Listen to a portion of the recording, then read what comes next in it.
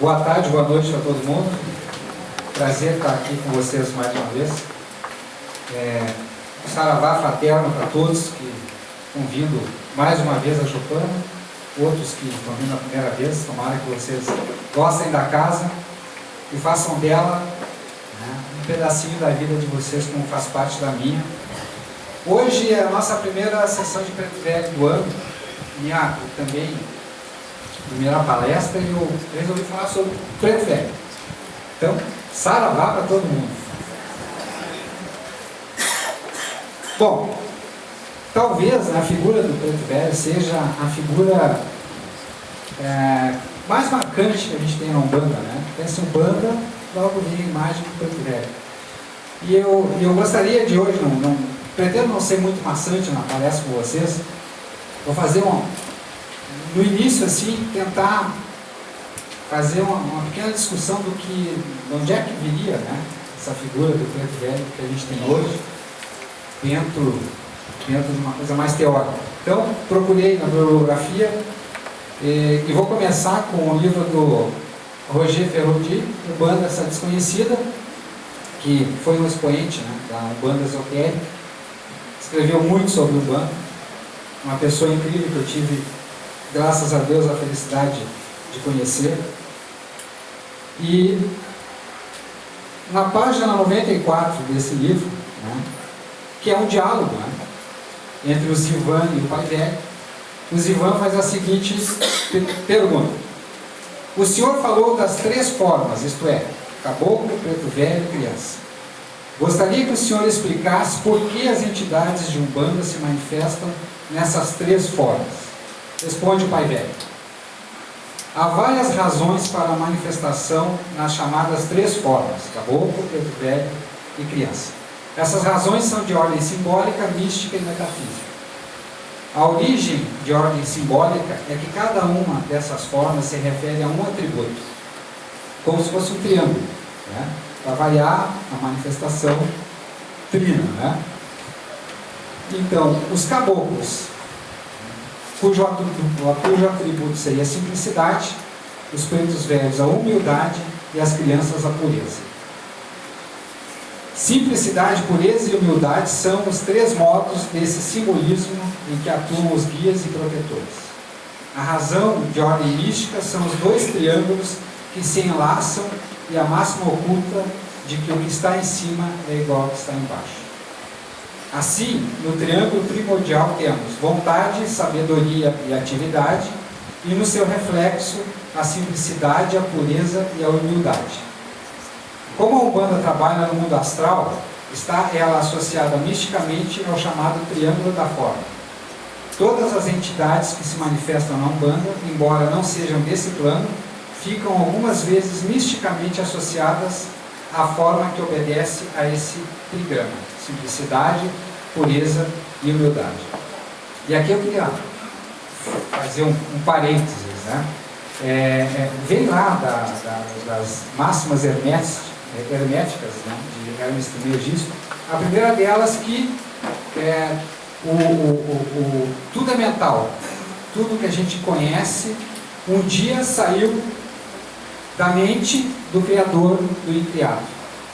Então, tudo que a gente conhece um dia existiu como um plano, como um pensamento.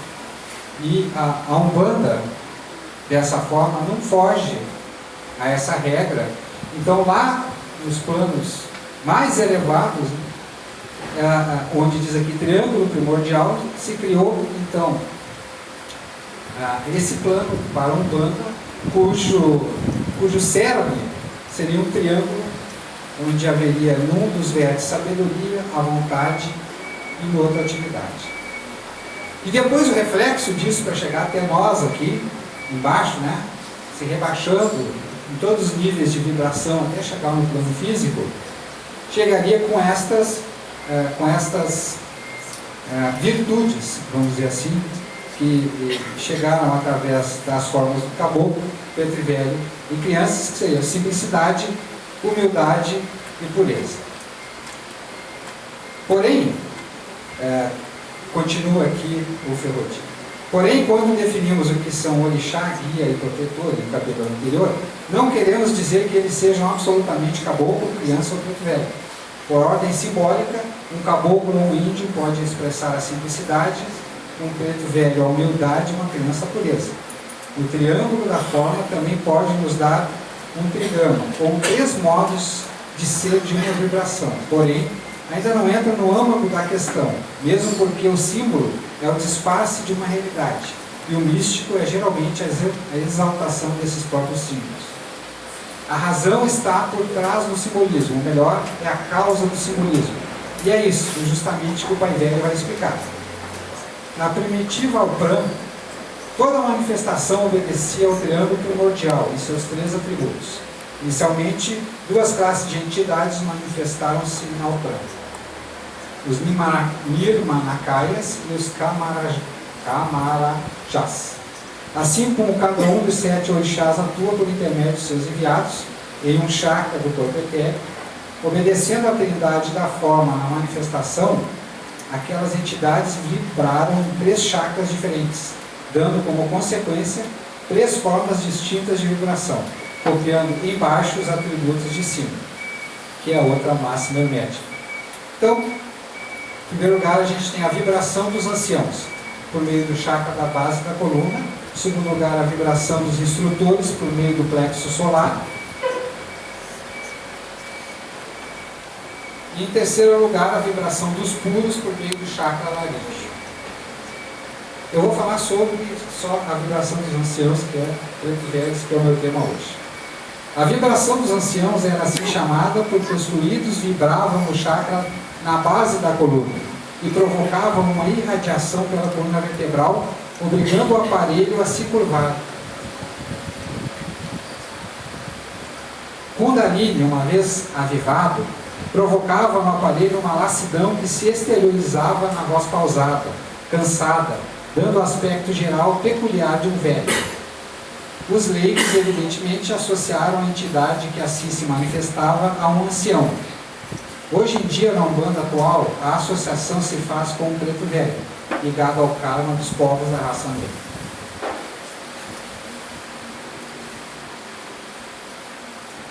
Agora, será... aqui fala essa questão, né, dos pretos velhos e o karma da raça negra. Será que todo preto velho que vem trabalhar uma gira de Umbanda, ele é da raça negra? Foi da raça negra? É necessariamente um negro com essa forma que ele guarda? Então eu vou pegar agora um outro livrinho aqui, Umbanda Pé no Chão, né? Psicografia do Norberto.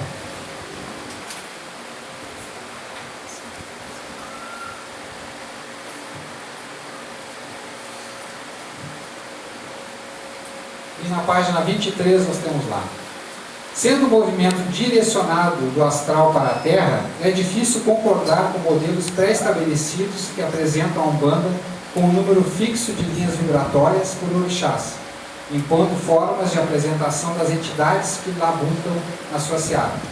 Podemos afirmar que a Umbanda não é uma religião mediúnica engessada, estratificada, como se fosse um exército que só pode trabalhar com este ou aquele espírito, desde que se manifestem nas formas de caboclos, pretos velhos e crianças, quantificando-se o número de espíritos que a compõem por linha, legião, falange ou subfalange. Quando analisamos esses fundamentos, verificamos que exaltam-se a forma e minimizam-se a essência umbandística que o caracteriza como um movimento caritativo mediúnico, de inclusão espiritual e nunca de exclusão. A natureza cósmica não é rígida e imutável, e sim flexível e em constante transformação. Por exemplo, as formas de apresentação dos espíritos, que se classificam como Exus, são as mais diversas possíveis, descartando-se a imposição de que somente caboclos, pretos velhos e crianças são entidades de Umbanda, embora reconheçamos que são as principais, sem desmerecer nenhuma outra ou dar uma conotação de superioridade sobre as demais, pois sabemos que formam uma espécie de triângulo fluídico que sustenta o movimento do astral para a Terra.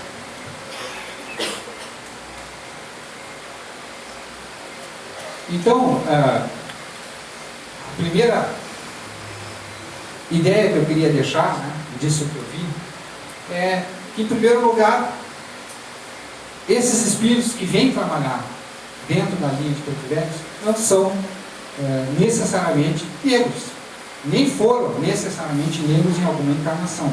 Talvez a maioria tenha passado por dentro de uma encarnação de negro na circunstância da escravidão no Brasil.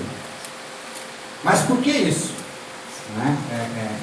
Por que o Preto Velho tem essa virtude primordial dentro daquele triângulo lá da humildade, né?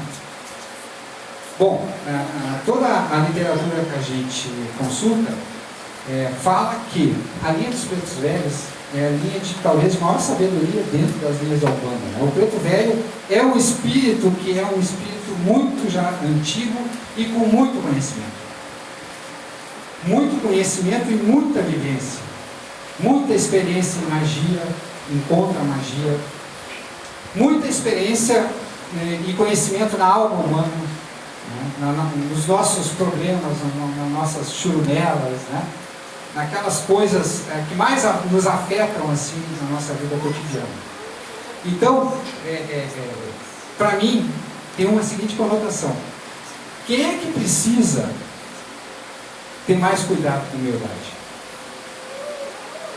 Para mim, quem mais precisa ter cuidado com a humildade é que realmente quem tem mais conhecimento, né? Quem tem mais extrato, quem tem mais bagagem. Então, nós todos temos que ter muita humildade nesse sentido. Quanto mais a gente aprende, mais estamos sujeitos a perder a humildade e nos tornarmos pessoas vaidosas e orgulhosas. Então, no meu modo de ver, esses espíritos que realmente têm uma sabedoria incrível e vêm trabalhar como pretos velhos, com essa humildade toda, né, que nessa forma até demonstra essa humildade, né, trabalhando no chakra lá e fazendo se curvar, né, e com aquela dificuldade de se locomover, aquela imagem do ancião, do preto velho, do pai velho, isso transmite para nós um sentimento, né, de simplicidade, sei lá, de humanidade assim, incrível. Me toca muito assim. Então, a lógica para mim é essa, né? Quem mais está sujeito a ser vaidoso, a ser orgulhoso, né, vem trabalhar dentro daquela característica que mais precisa de humildade. E vem dar o exemplo para nós. Sobre humildade é uma coisa meio complicada, assim, eu andei pesquisando, né, conceito de humildade e tal. Humildade é uma daquelas coisas que é mais fácil dar exemplo de dizer o que é, né? Mas eu achei um conceito aqui que eu achei legal. Humildade é a virtude que conduz o indivíduo à consciência das suas limitações e em viver de acordo com essa verdade. Ou seja, a humildade é aquela virtude que nós temos de saber realmente o que nós somos. E o que nós somos em relação ao todo. E saber que, embora muitos tenham mais conhecimento, maior cultura, nós não somos nada perto do Criador e Criado. A nossa bagagem, a nossa caminhada é ridícula, não é nada. Nós não levamos nada, nós passamos uma existência da qual nós só levamos a nossa experiência mesmo, não tem nada. Então, agora eu vou dar um leque aqui do que a gente pode dizer que são exemplos de humildade. A verdadeira humildade. A verdadeira humildade é você dar o melhor de si sem se sentir melhor que os outros. Aí eu vou convidar vocês a ficar pensando se a gente faz isso aqui. É você ter consciência de suas qualidades, mas reconhecer que tem muitos defeitos também. É você mostrar os seus talentos sem querer abafar os talentos dos outros. É você dar a sua opinião com a mesma disposição de ouvir a opinião dos outros. Quanto mais conhecimento, pior é isso, né? E é uma coisa que a gente faz assim, sem querer. Eu procuro me policiar. Muitas vezes a pessoa vem falar comigo e eu não consigo me prender no que ela está me dizendo. Para mim isso é uma forma de demonstração de falta de humildade. Porque assim, independente de qual a pessoa, todos nós temos o direito de ser ouvidos. Quando a gente vai falar com alguém, a pessoa tem que parar e prestar atenção na gente. É saber reconhecer que os outros podem estar certos. É você admirar os outros pelo que eles fazem, sem esquecer que você também é capaz de fazer coisas maravilhosas. É você aceitar cargos importantes, mas fazer deles uma maneira de servir ainda mais. É ajudar a quem precisa sem pensar em agradecimentos. É você aceitar a vontade de Deus sem abrir mão da sua responsabilidade de tomar decisões e fazer a sua parte. É você ser capaz de aprender com os outros sem perder sua identidade própria. É você aprender a conviver com todas as diferenças. É você saber viver na simplicidade sem sentir-se superior àqueles que são apegados às coisas. Ou o contrário, né? É que ter muita coisa e achar que aquele que é simples não tem nada, não vai nada. É você olhar para frente e seguir adiante sem esquecer quem está do seu lado. É você oferecer aos outros o que você tem de melhor sem impor-se a ninguém. É você escalar as alturas sem pisar em ninguém. É você não depender de elogios nem recompensas para fazer o que é certo. Aí eu nisso aqui me lembrei do saudoso José Lutzenberger. Uma vez eu estava lá na frente da televisão e tive a sorte de ver uma entrevista com ele e ele disse uma coisa que eu nunca esqueci. Ele disse assim: eu não preciso que me ameacem com qualquer tipo de coisa física, metafísica, o que seja, para saber que eu tenho que fazer as coisas certas. E é você saber que a santidade só faz sentido na convivência com as pessoas. A verdadeira humildade é você ser como uma flor, frágil e efêmera, que desabrocha beleza e exala perfume para todos os lados. É no momento certo saber virar as costas para o que não lhe diz respeito. E muitas outras coisas, provavelmente, né? Mas eu olhei essa lista aqui, pequena lista assim, vi que eu estou muito mal.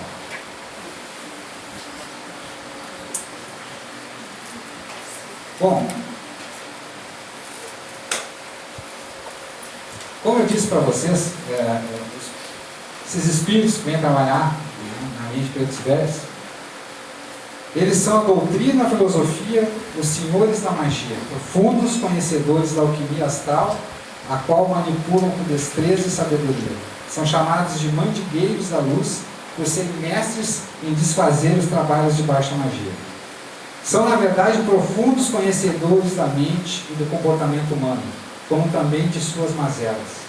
Seus ensinamentos são adaptados aos diversos níveis de entendimento, sempre ensinando de forma paciente e tolerante. Sua função se prende em orientar os filhos no caminho da fé e da evolução, sempre com humildade e sabedoria.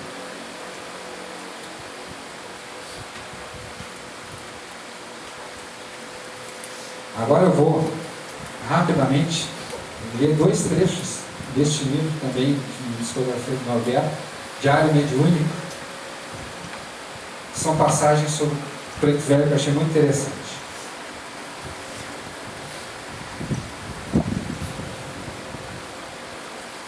Uma preta velha metida à psicóloga das almas. Aqui é a questão do conhecimento dos pretos velhos. Filho meu, aqueles que não se encontraram com a serenidade são como árvores ocas na floresta, vistosos nos galhos e folhagens, mas com grande sofrimento interior. com a mais breve ventania da vida, podem rachar no meio. Todo homem sábio, inevitavelmente, é sereno. Observem quantos são de grande conhecimento intelectual e são extremamente ansiosos. Conhecimento em si não é passaporte para a sabedoria, mas sim como ele é usado. A boa semente no solo fofo, se destituído do jardineiro fiel, perecerá na aridez dos descompassos climáticos. A serenidade é alcançada com árduo esforço pessoal e gradativamente, qual formiga que trabalha no verão causticante. Desafios diários superados, irritação contida, distúrbios emocionais desfeitos, vontade bem dirigida, submetendo os desejos à razão. Maus hábitos bloqueados pelo poder do não quero, ambição desmedida, controlada.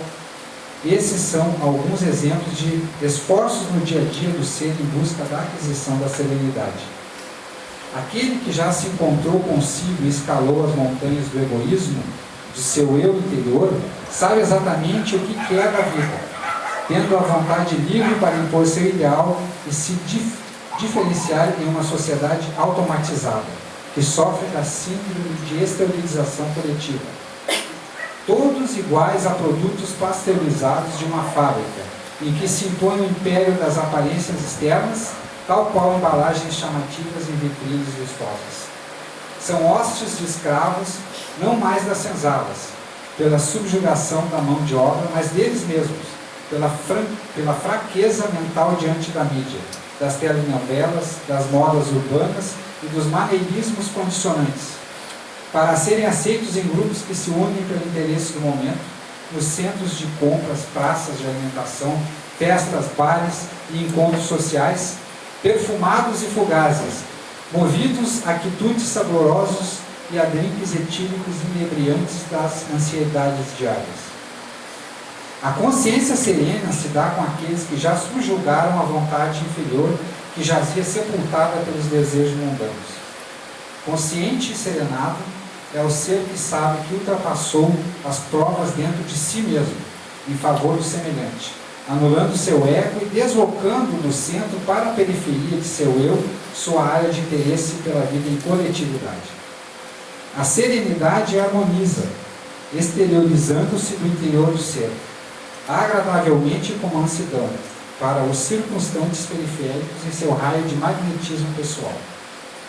Assim, o indivíduo não se influencia por apegos de consumo, inspira confiança sem medo de traição, acalma as mentes agitadas e oferece afeição e amor. O homem elevado e sereno já venceu grande parte da luta contra as ilusórias paixões materiais que arrebatam os instintos e exaurem as capacidades sensórias do cidadão comum, em busca dos prazeres fugazes, embotando-o para as percepções duradouras da verdadeira e perene realidade do espírito imortal.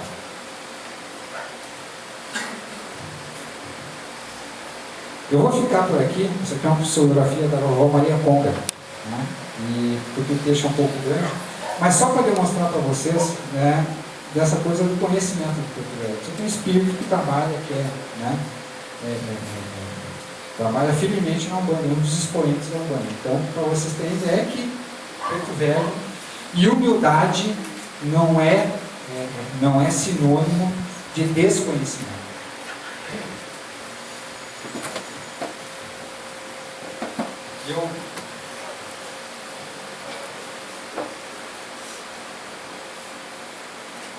Eu vou ler, por último, essa passagem também do livro Diário Mediúnico. Faz caridade, filho, que eu acho que é o que tem tudo a ver com o que a gente, né, tem de contato com o Preto Velho. Faz caridade, filho. Faz caridade, filho. Assim eram as falas do negro Ambrósio, por intermédio do aparelho mediúnico que lhe servia de canal para se fazer broseador. Não era a primeira vez que aquele consulente ouvia esse conselho do pai velho. Já haviam se passado 8 meses desde o primeiro dia que aquele senhor adentrara o terreno, passando a fazer parte da assistência, sempre voltando ao negro Ambrósio para tirar suas dúvidas. Naquele dia ele estava decidido. Iria perguntar ao velho por que toda vez que falava com ele escutava o mesmo conselho. Faz caridade, filho.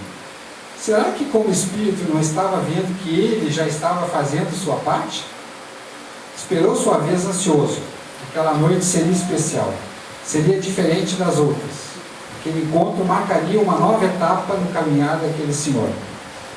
Como sempre fazia, mais por repetição do que mesmo por convicção, ajoelhou-se diante do negro Ambrósio e foi dizendo: Bênção, vô Ambrósio, hoje venho lhe pedir uma explicação para melhor entender o que o senhor me diz. Oxalá te abençoe, meu filho. Negro Ambrósio fica feliz com sua presença e gosta de fazer bronzeador com todos os fios que aqui vêm. Meu vô, como o senhor sabe, já faz algum tempo que venho a essa casa e falo com o senhor. Como já lhe disse, não tenho uma situação financeira ruim. Ao contrário, nunca tive problemas dessa ordem, o que sempre me facilitou, dando-me uma vida com fartura e bem-estar, desde a infância. Certo, meu filho Negro. Negro Ambrósio já tem conhecimento de tudo isso que falou.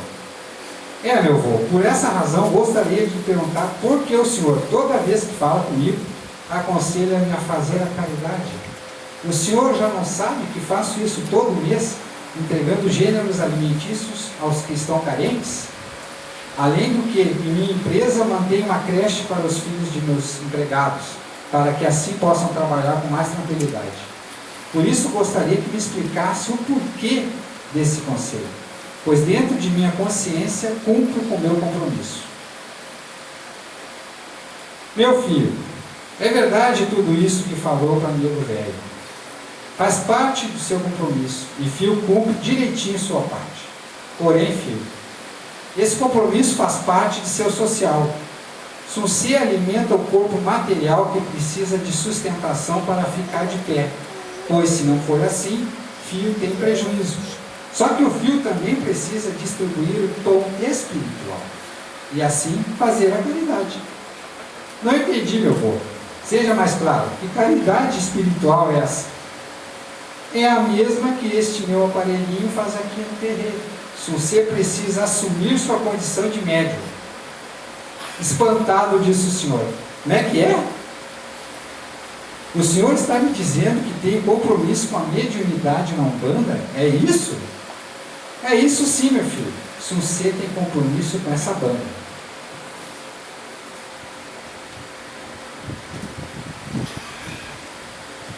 Ante as muitas verdades que ele já tinha ouvido, nunca uma afirmação remoída de tanto alma. Como seria possível? Achava bonita a Umbanda, gostava do cheiro das ervas, como a gente tem hoje, tá bom o cheiro das ervas, né? E do cachimbo dos avós, mas daí então a ser médium era demais para ele. Mesmo de forma acanhada, buscando aparentar tranquilidade, aquele senhor disse ao avô: Meu avô, acho que é um equívoco, pois nunca senti nada a respeito da mediunidade. Não sentiu porque se prende e não quer dizer. Ou Sunsê acha que Negro Velho não vê o companheiro de Aruanda que lhe acompanha e que hoje está dando autorização para fazer esse conversado? Meu filho diz que gosta do cheiro das ervas e desse terreiro, que é uma verdade. Mas o que filho não se vê é dobrando o corpo para prestar a caridade, deixando assim que seu pai preto também lhe traga lições para seu caminhar. Então, meu filho, enquanto Sunsê não entender, Negro Velho vai continuar repetindo o conselho: faz caridade, filho. Faz caridade, filho. Mesmo que tenha que repetir isso por muitas vezes, pois água mole em pedra dura, filho, tanto bate até que foi. Olha, filho, eu tenho um compromisso moral com esse companheiro de Aruanda que te acompanha e te garanto que não será de minha parte que não será cumprido. Pensa no que este velho te falou e depois vem prosear novamente, pois o passo de velho é miudinho, devagarzinho. Só tem uma coisa: o tempo corre. Espero que Sunsê queira aproveitar enquanto está desse lado de cá. Aquele senhor se levantou da frente do Negro Ambrósio, sem dizer mais nenhuma palavra. Seria preciso tempo para digerir tudo o que ele tinha ouvido. 8 meses se passaram. depois daquela prosa. E ninguém no terreiro tinha visto mais aquele senhor na assistência. Era 13 de maio, gira festiva de Preto Velho. Os trabalhos tinham se iniciado. Nego Ambrósio olhava para a porteira do terreiro como se estivesse a esperar por alguém, e assim cantarolava: acorda cedo, meu filho, se com velho quer caminhar. Olha que a estrela é longa e velho caminha devagar. É devagar, é devagarinho. Quem anda com preto velho nunca ficou em caminho. Acostumados com a corimba, os filhos da corrente repetiam os versos, sem perceber que naquele dia a entonação estava mais dolente. Mais um filho de exame venceria uma etapa, mais um seria libertado. E foi olhando para a porteira que Nego Ambrósio viu aquele senhor entrar no terreno. Com os olhos rasos d'água e de joelhos, postasse assim dizendo: Vô Ambrósio, se é verdade que tem essa tal mediunidade, aqui estou para aprender a fazer a caridade. Nesses 8 meses minha vida perdeu a alegria. Relutei muito para chegar aqui novamente e não nego que fugi por vergonha, se ainda houver tempo. Aquele senhor nem chegou a ouvir a resposta do Nego Ambrósio.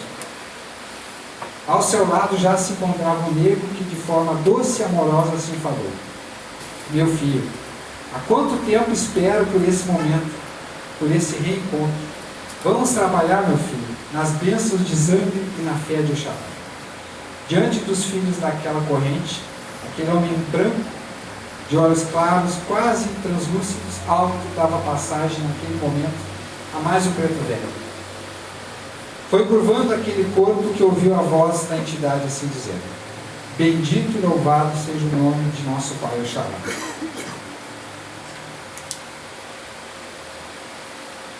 Saravá, Nego Ambrósio, Pai Joaquim das almas se faz presente nesse cômodo. Saravá, Pai Joaquim. E daquele dia em diante, mais um filho começava a sua caminhada. Mais um chegava à corrente da casa, mais uma estrela passava a brilhar no céu de Aruana. Saravá, Preto Velho. Então eu queria encerrar esse entusiasmo com vocês, modesto, dizendo que realmente, né, Preto Velho tem uma forma especial de tratar com a gente, né? Eu muitas vezes fui tomar passe assim, em sessão de Preto Velho, e para mim é sempre diferente. E que esse amor, né, que o Preto Velho demonstra trabalhando na Umbanda, alcança o coração de todos nós, de alguma forma, na nossa vida, na nossa convivência diária, e que os trabalhos dessa noite, né, todos nós vão ser atendidos pelos Pretos Velhos, que eles sejam profícuos, que todos nós, de alguma forma, alcancemos o que nós vamos buscar aqui. Mas nunca esquecendo, né, meus irmãos, que tudo que a gente quer na vida, a gente tem que merecer. Então, eu li uma vez assim, né, que Deus não move uma palha naquilo que o ser humano tem que fazer. Então, assim, não adianta só esperar, pedir, né, choramingar. Não. Nós temos que fazer a nossa parte, não se enganar. Tá certo? Então é isso, minha mensagem hoje para vocês.